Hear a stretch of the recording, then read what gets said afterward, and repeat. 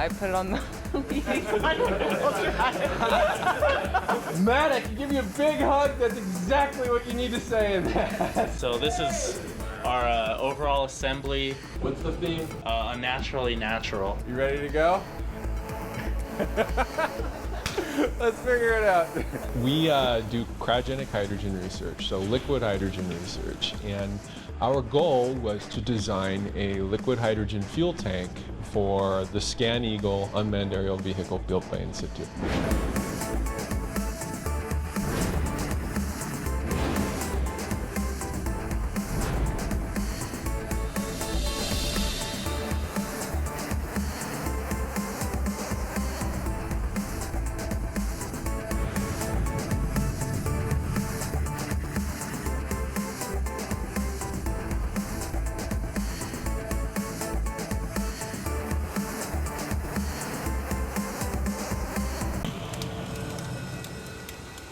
Hydrogen is starting to take on a life of its own in the notion of an alternative energy source to become the substitute in a lot of applications. Insitu is a wholly owned subsidiary of Boeing. It started in the Columbia Gorge, Hood River area. They produced, their first vehicle was ScanEagle, which is one of the most widely used unmanned aerial vehicles in the world. I think it's even approaching 1 million flight hours in service. It's seeing all kinds of applications from search and rescue to fire monitoring in our state. They have demonstratable equipment in their labs, and so this notion of going from lab to design was really quite doable in all of our minds, yes. Liquid hydrogen has 2.7 times more energy per weight than any of your other gasoline or kerosene fuels, okay? And it can be generated from water. So in distributed or difficult locations to get fuels, it can be really nice if you can make hydrogen on site. For instance, if you're using it to track a polar bear in the Arctic, the polar bear is actually really sensitive to a gasoline engine running overhead. So having hydrogen fuel allows you to go with solid-state drivetrain like a fuel cell. Part of our research was to 3D print the internal parts of a tank. So I've got just an example that we made with a 3D printer here on campus here. Basically, you can put we put liquid nitrogen in this to simulate the harsh, extremely cold environment of liquid hydrogen.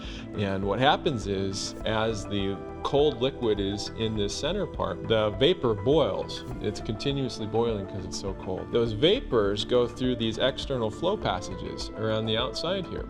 And in that process of flowing, it ends up cooling or reducing the amount of heat that makes it to the liquid on the inside, which was a completely different approach to making a cryogenic hydrogen fuel tank than what we'd experienced in the past. And so we were able to prove the concept with liquid nitrogen, validate models. I mean, you can feel a little bit of cold, but on the outside, where that was liquid nitrogen temperatures and it would freeze your fingers to it, you can put your hand, the bottom's a little cold, but the side shouldn't really feel cold. And for something holding a cryogenic liquid like that, that's pretty incredible. At this point in time, we're kind of in that, we have completed design, had what we would call our critical design review with them. We are now having hardware built to support our prototype testing. The second class is a much more from this side.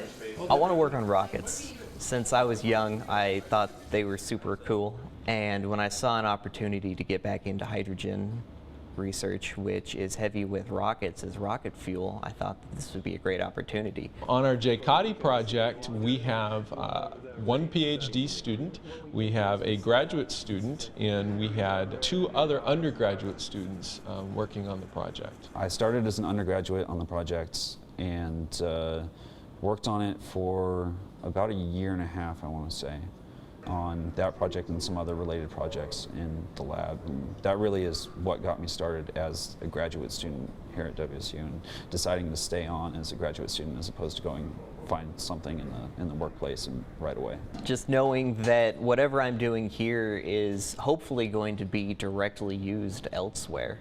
It's not just some abstract thing that I'm doing. I'm actually trying to make make something that will be used. They can see the connection of what you're doing and how it's impacting and having a ripple effect into our state.